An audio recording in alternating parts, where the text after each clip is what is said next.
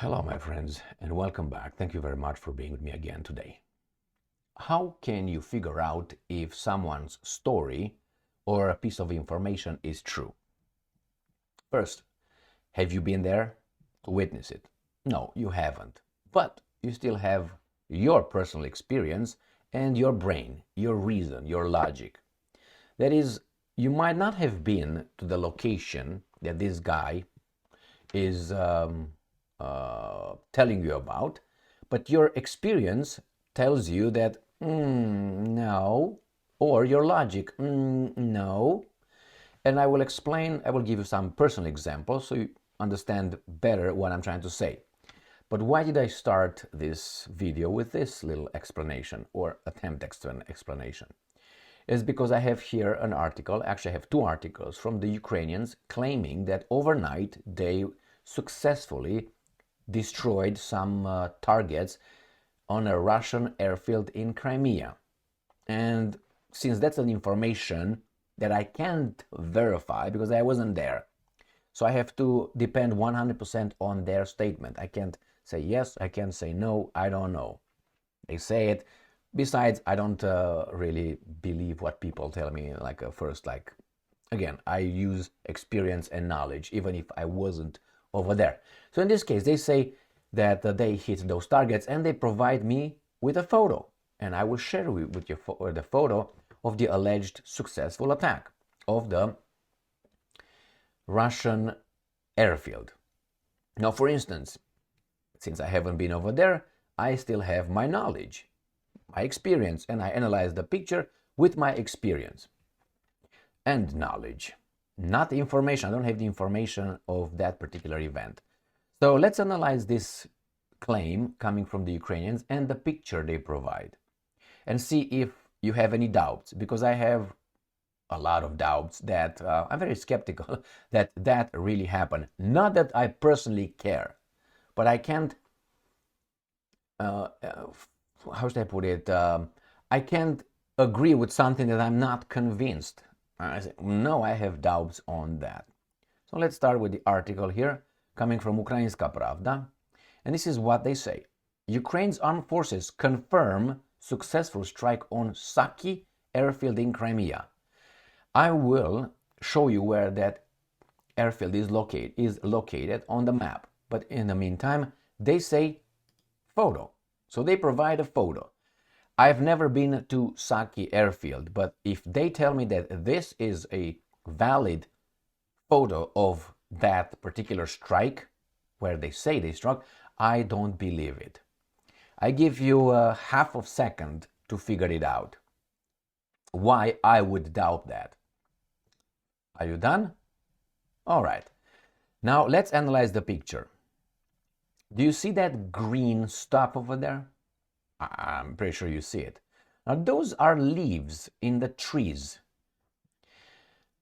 Do you know what season is in Crimea?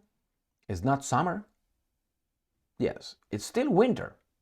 Crimea has a milder season. They still have seasons. It's milder. But still, as far as I know, with my knowledge and experience, the leaves still shed the trees still shed leaves over there as well. Now here where I can doubt myself on the claim I made, which is, or challenge, maybe they don't in Crimea. But as far as I know, and I look over the map, I think they do. So that's the first and the only giveaway for me that that picture can't possibly be in the winter in Crimea. Look at those green trees. Okay, this is the first and only argument I have. I am not over there, but I know there are seasons over there. And I know that the seasons are milder over there because they're on the shore of the Black Sea and because of their location. But I'm going to look over the map and analyze from a geographical position, from an angle. But before I do that, let me just show you what these guys claim. Ukrainian Air Force pilots, so that means it was aircraft, destroyed the Russian-occupied command post in Saki. temporarily occupied Crimea, Air Force commander said. So he said, Oleshchuk confirmed the missile strike on Saki and destruction of the command post located there. Missile strikes, sorry, it's plural. So there's not only one on Saki. Okay, next one. The new voice of Ukraine, the same January 6, 2024, Ukrainian Air Force hits Russian command post at Saki airfield overnight, commander. And they post the same picture with the same green grass with home. Well, let's see where this Saki air base is located. This is the Crimean Peninsula, so it is in the western part of the peninsula. All right, that's not the entire, the only map. Where's the other one? Right here. That I'm going to share with you. This is Ukraine, this is the Crimean Peninsula, this is Romania. I was born in Romania and I live some years over there. And I lived in Transylvania, so in this area right here, okay? This is where I used to live, this is where I was born. Now Saki is right here. So if you go with the latitude here, right? If I go, let me get myself out, do you a favor. So if Saki, let's say, is right here, if I go with the latitude, I go about where I lived. You can say, well, that's, and I agree with that. Well, this is a different, it's a milder season. That's true, but you're almost the same place where I am. Therefore, I can logically conclude that those trees should not have leaves as such, as the picture showed us. This is where my skepticism is regarding this. Maybe the leaves don't shed, the leaves again, the same thing. Maybe the trees don't shed their leaves in Crimea. Okay, now, personal note, I don't care if the Ukrainians were or weren't successful in this airstrike. I don't care if the Russians destroyed all the targets or they didn't. So I don't care. I'm just looking at that picture and I say, no, that's not, it's winter over there. Still winter, and the trees still go through the cycle. Unless, I don't know, it's something else and I don't know. And it's possible. And it's possible. And let me finish with two examples. When I came here to the United States of America, and I was at that time very fit in my Kyokushin karate, how should I put it? So I was young and I was still practicing martial arts at the highest level. Let's put it this way. And I came here in the United States of America, and I know how we were trained in Kyokushin. And I came here and I wanted to practice, but we didn't have any Kyokushin dojos here in the area. So I went to a Seido or Shidokan, which is is related to Kyokushin. There's from the same family. Full contact is the same principle. Seido-kan, Kyokushin, the same kind of thing. Like you have Ashihara, the same thing. And they have other things that you can grab, but it's basically you train for in the same way because you are full contact with no gloves. So you have to train hard.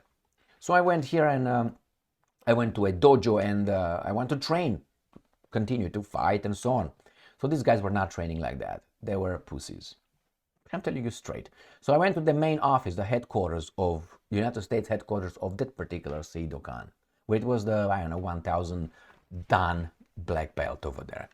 So I said, guys, you should have the night guys that train hard, do the right thing. And not only the children that would keep you afloat and you take the money, give them the belts, and there's the business. That's how they do. It's vomiting. Not all of them, but I have enough information to tell you. They use the kids to support their lives. Very, very awful. So they said, no, we don't have. And I explained, hey, I come from this. I've been to European Championship, national team, blah, blah, blah. Trained in this, trained in there. And one of these older people, which maybe they were maybe 55, and I was much, much younger. Obviously, for me, they were old. With all kind of dans, black belts, and there were shihans and whatever they were, not senseis. They told me that if you dare to train here, as you say you trained over there, you wouldn't be able the next day to go to work. I told him. And I was like, but I did. I trained like I said I trained, and I went to work where the next day, because that's tough, but we are tough. But he never understood that because he never trained like that. But I did. So I understood he was talking about he never did, that I did.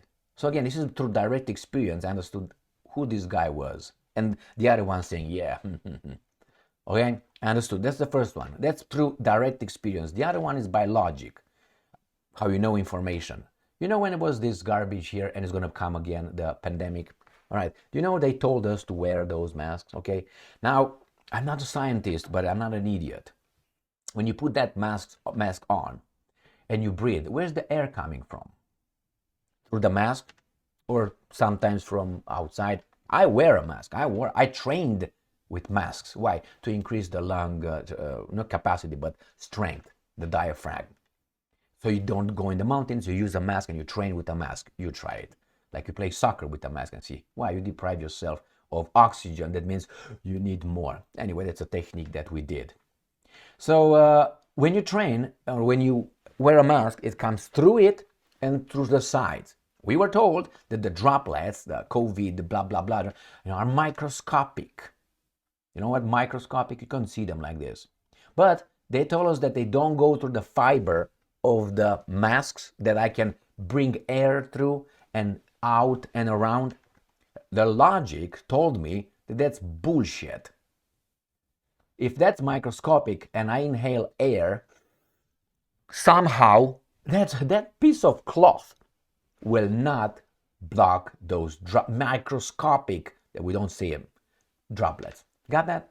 So for me it was, these guys are bullshitting without having any scientific knowledge about pika, puka, paka, zappa. So I said, no, these guys are just trying to make the cowards in our society feel comfortable and safe. But in reality, that's bullshit. And when you hear Dr.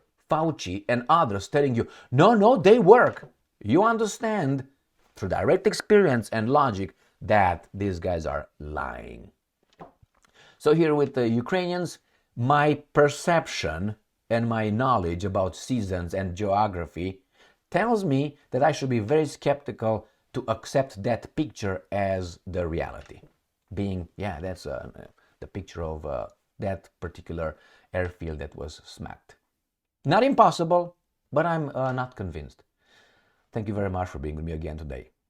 Stay strong, stay smart, look for the truth, and be just.